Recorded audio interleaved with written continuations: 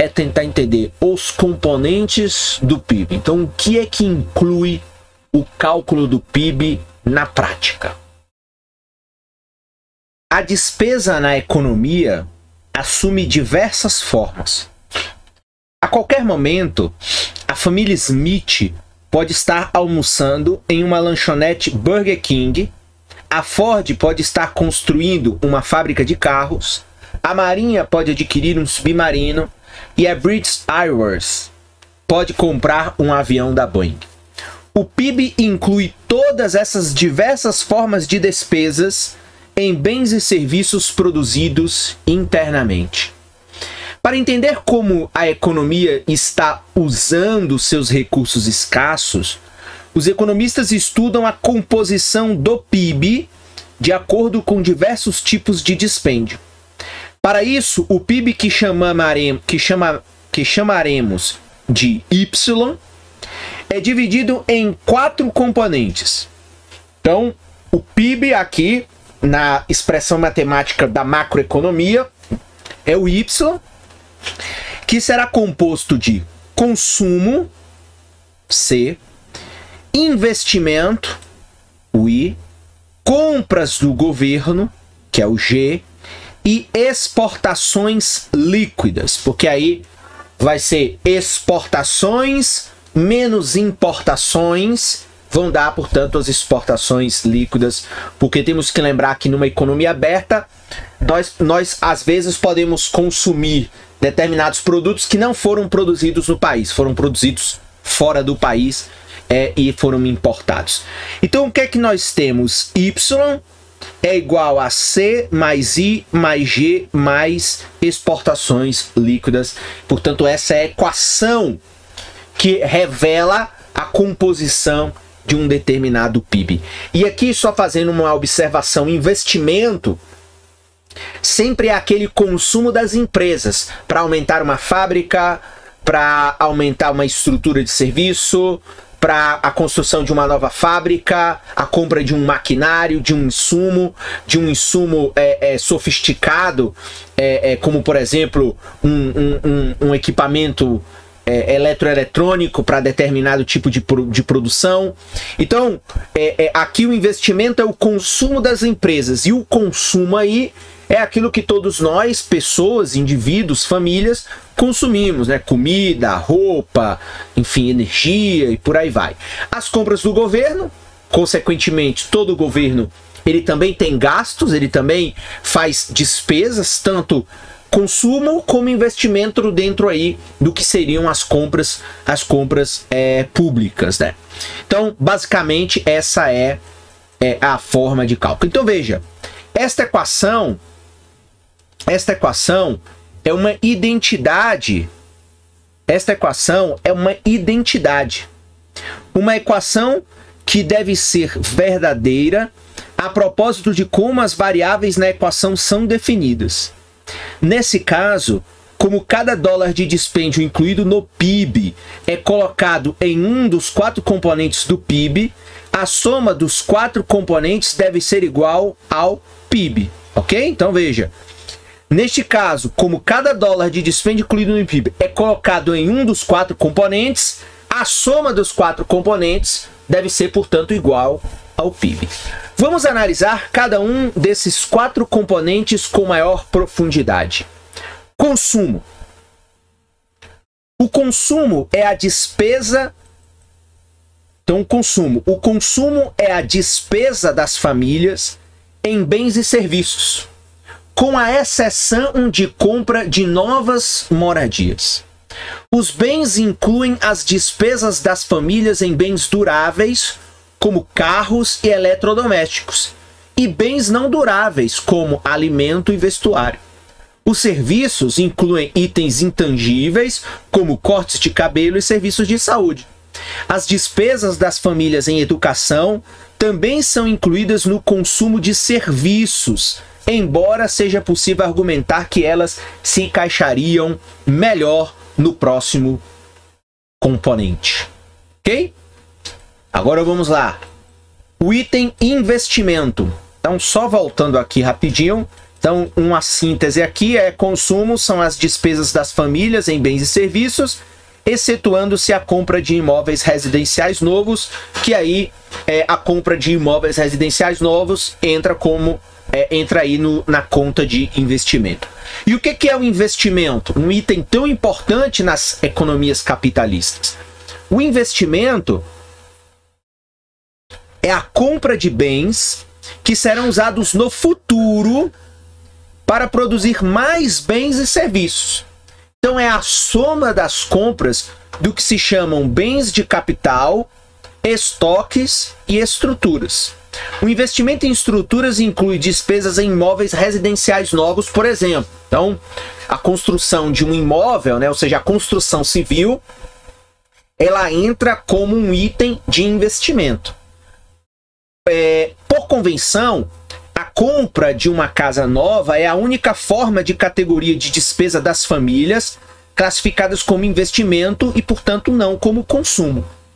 Como já foi dito neste capítulo, o tratamento dos estoques acumulados é digno de nota. Quando a Dell produz um computador e, em vez de vendê-lo, acrescenta-o a seu estoque, assume-se que ela tenha comprado o computador para si mesma. Então, o estoque é um investimento da própria empresa. Ou seja, os contadores da renda nacional tratam o computador como parte dos dispêndios de investimento da empresa. Se a Dell depois vender o computador tirando-o de seu estoque, seu investimento em estoque será então negativo, compensando a despesa positiva do comprador. Os estoques são tratados dessa maneira porque um dos objetivos do PIB vamos avançar aqui, medir o valor da produção da economia, e os bens acrescentados ao estoque são parte da produção do período em questão.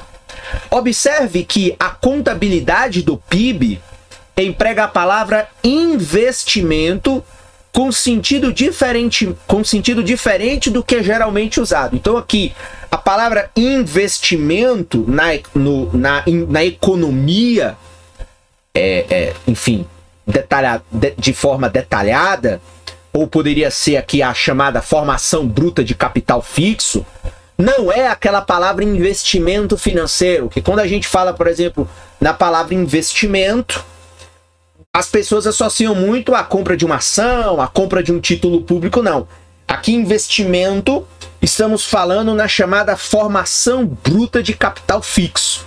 Então veja, quando ouvir a palavra investimento em economia, em introdução à economia, em macroeconomia, em microeconomia, em teorias do desenvolvimento, você poderá pensar em investimentos financeiros, como ações, debêntures e fundos mútuos, assuntos que estudaremos mais adiante. No entanto, como o PIB mede os gastos com bens e serviços, aqui a palavra investimento se refere à compra de bens, como equipamentos de capital, estruturas e estoque, utilizados para produzir outros bens. Ou seja, alguns outros manuais de economia utilizam o que eu falei, investimento como formação bruta de capital fixo.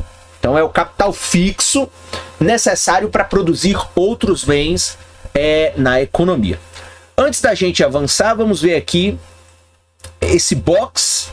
Saiba mais sobre outras medidas de renda, que aqui comenta um pouco aquilo que a gente falou anteriormente, que existe o PIB, que é o item mais utilizado, mas existe também outra forma de calcular. Então, quando o Departamento de Comércio dos Estados Unidos calcula o PIB do país a cada 3 meses, calcula também várias outras medidas de renda para obter um panorama mais completo sobre o que está acontecendo na economia. Essas outras medidas diferem do PIB porque incluem ou excluem certas categorias de renda. O que se segue é uma breve descrição de 5 dessas medidas de renda ordenadas da maior para a menor. Então, outra forma de encontrar é o Produto Nacional Bruto, que é a renda total dos residentes permanentes de um país. Difere do PIB por incluir a renda que nossos cidadãos ganham no exterior e por excluir a renda que os estrangeiros ganham aqui. Então, quando a gente fala do Produto Nacional Bruto, estamos falando da riqueza produzida por nacionais, independentemente de onde eles estejam. E quando a gente fala lá do que a gente está falando no capítulo, medindo a renda nacional, quando a gente fala de PIB, a gente está falando que independente de quem produz dentro de um limite geográfico, se é um chinês, um indiano, um brasileiro, você contabiliza.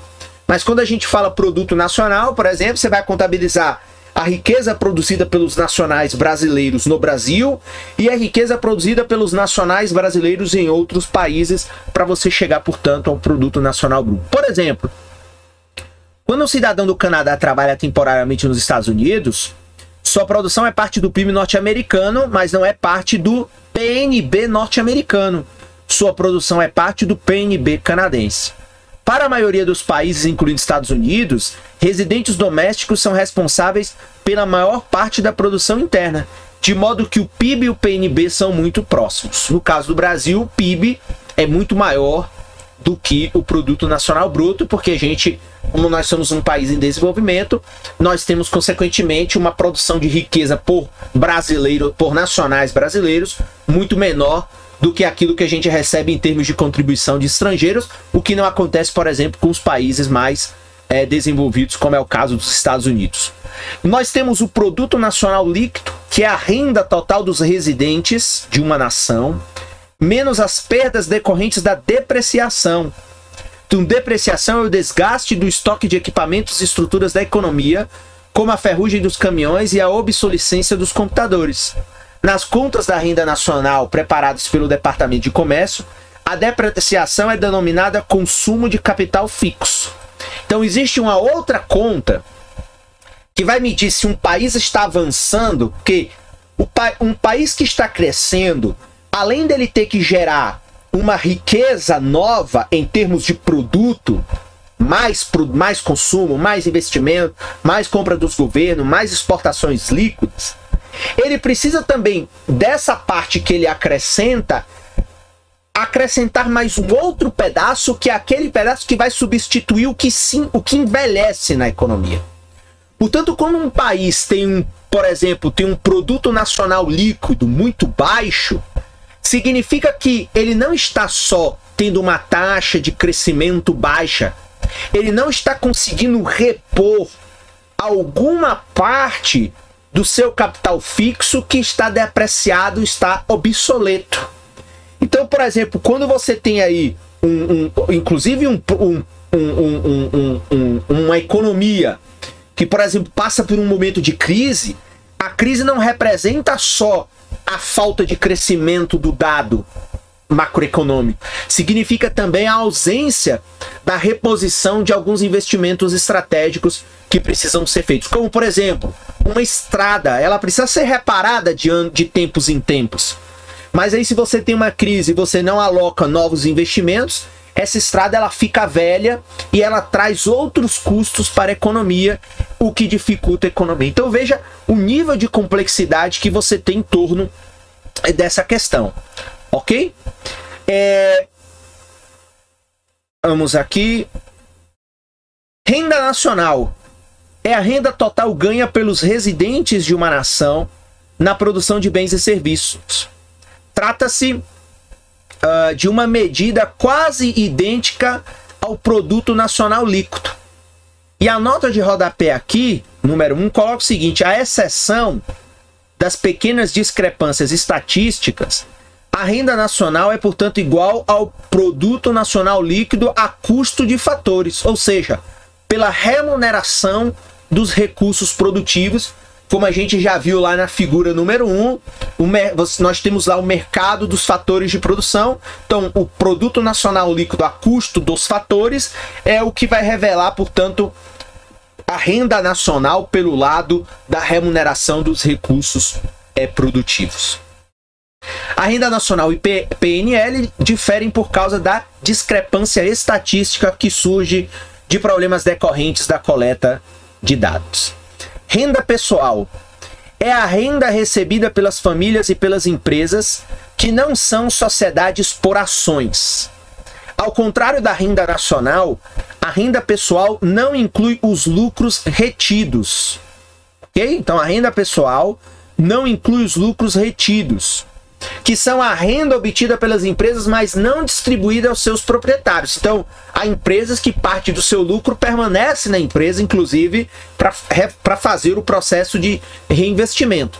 Então, a renda pessoal também subtrai os impostos diretos, tais como imposto sobre venda, impostos de renda das pessoas jurídicas e as contribuições para a Previdência, principalmente impostos para a Seguridade Social. Além disso, a renda pessoal inclui a renda de juros que as famílias recebem sobre os empréstimos que fazem ao governo e a renda que recebem de programas de transferência governamental, tais como os de bem-estar e a Seguridade Social. E a renda pessoal disponível, que é outra forma de calcular, é a renda que resta às famílias e empresas que não são sociedades por ações, depois de satisfeitas todas as suas obrigações perante o governo. É igual à renda pessoal menos impostos pessoais e certos pagamentos que não são impostos, como, por exemplo, multas de trânsito. Então, veja, embora as diversas medidas de renda difiram em detalhes, quase sempre nos dizem a mesma coisa sobre as condições econômicas. Então, os resultados, independente aí, eles vão ser muito próximos, eles vão retratar o funcionamento da economia de uma maneira muito similar. Então, veja, quando o PIB está crescendo rapidamente, essas outras medidas de renda costumam também crescer rapidamente. Quando o PIB está em queda, essas outras medidas costumam cair também. Para monitorar as flutuações da economia global, não importa muito qual medida de renda utilizaremos. Então, independentemente da forma em que você vai utilizar, qual medida você vai utilizar para avaliar as flutuações de uma economia, como fala aí, não importa, porque a medida ela vai resultar em uma tendência muito similar. Então, a economia está crescendo, a economia está em contração, ou está em recessão, ou está em depressão. Ok? Bem, outro item aí que compõe o PIB são as compras do governo. Então, as compras do governo incluem os gastos em bens e serviços dos governos municipais, estaduais e federais. Isso inclui os salários dos funcionários do governo e as despesas em obras públicas. Recentemente, as contas de renda nacional dos Estados Unidos passaram a se chamar pelo nome mais longo de despesa de consumo e investimento bruto do governo. Mas neste livro utilizaremos a expressão mais tradicional e mais breve, que são compras do governo. O significado das compras do governo exige algum esclarecimento. Quando o governo paga, por exemplo, o salário de um general do exército ou de um professor, o salário faz parte das compras do governo. Quando o governo paga um benefício da Seguridade Social a um idoso ou benefício de seguro-desemprego a um trabalhador demitido recentemente, a história é bem diferente. Esse tipo de dispêndio é denominado pagamento de transferência porque não é feito em troca de um bem ou serviço produzido correntemente na economia. Então, um exemplo brasileiro, para a gente deixar o livro mais nacionalizado. Por exemplo, quando o governo paga o Bolsa Família, ele está fazendo um gasto, um pagamento de transferência. Não existe uma troca de serviço ali, como é, por exemplo, pagar um professor, pagar um policial, pagar um médico, pagar um enfermeiro, pagar um serviço de limpeza, onde você tem uma troca e isso, consequentemente, contribui para o PIB. Então, os pagamentos de transferência afetam a renda das famílias, mas não refletem a produção da economia. Então, do ponto de vista macroeconômico, os pagamentos de transferência são considerados como impostos negativos, ou seja, ele não gera alteração no PIB por meio da renda, mas quando ele gera consumo, ele vai ter um impacto na renda, porque ainda que eu não tenha trabalhado para ganhar o Bolsa Família, eu pego um Bolsa Família e compro comida, compro pasta de dente, compro roupa, pago a conta de luz, e isso consequentemente movimenta a economia, e por isso que aí a expressão pagamentos de transferência são como impostos negativos. Como o PIB tem o objetivo de medir a renda e as despesas ligadas à produção de bens e serviços, os pagamentos de transferência, portanto, não são contados como parte das compras do governo, ok? Então, esse aí é o item governo. E o último item é o item de exportações líquidas. Então, as exportações líquidas são iguais às compras por parte dos estrangeiros. Então, o país exporta mercadoria, então eu produzo, eu gero riqueza internamente e eu mando essa riqueza para fora. Então eu tive um impacto no meu produto interno bruto. Só que isso eu tenho que abater menos as compras que eu realizo de bens estrangeiros. Então eu posso pegar parte da minha renda e resolver, por exemplo, comprar uma mercadoria internacional.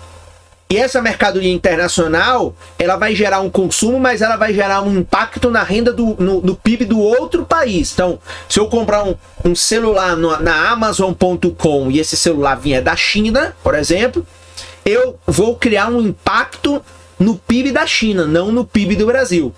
E na exportação é diferente. Então, quando a Europa compra a soja brasileira, ela contribui com o PIB brasileiro, mas ela não faz efeito sobre o PIB dela, porque ela está fazendo a aquisição. Então veja, uma venda feita por uma empresa nacional a um comprador de outro país, como a venda pela Boeing a British Airways, aumenta as exportações líquidas. A palavra líquida aqui, na expressão exportações líquidas, refere-se ao fato de que as importações são subtraídas das exportações. Então, vamos supor que eu exporto 100, mas eu compro do estrangeiro 30. Então as minhas exportações vão ser 70, porque eu recebi 70, mas eu mandei 30 de volta. Então, eu recebi 100, mas mandei 30 de volta e só ficou o impacto sobre o meu PIB, na verdade, foi somente de 70, ok? Então, é por isso que é o termo líquido, a expressão líquida, mais uma vez, refere-se ao fato de que as importações elas são subtraídas das exportações. Essa subtração é feita porque outros componentes do PIB incluem as importações de bens e serviços. Por exemplo, suponha que uma família compre um carro de 30 mil dólares da Volvo, a fabricante sueca. Essa transação aumenta o consumo em 30 mil, porque as compras de carros fazem parte das despesas de consumo da família. Então a família gastou 30 mil. E também reduz as exportações líquidas em 30 mil, porque o carro é uma importação. Portanto, em outras palavras, as exportações líquidas incluem os bens e serviços produzidos no exterior, com sinal negativo, porque esses bens e serviços já estão incluídos no consumo, no investimento e nas compras do governo com um sinal positivo, ok? Então, repetindo, as exportações líquidas, elas incluem os bens e serviços produzidos no exterior com sinal negativo, porque justamente eles já estão incluídos no consumo, no investimento e nas compras do governo. Se eu colocar com sinal positivo, eu vou ter o problema de realizar uma dupla contagem do PIB, ok?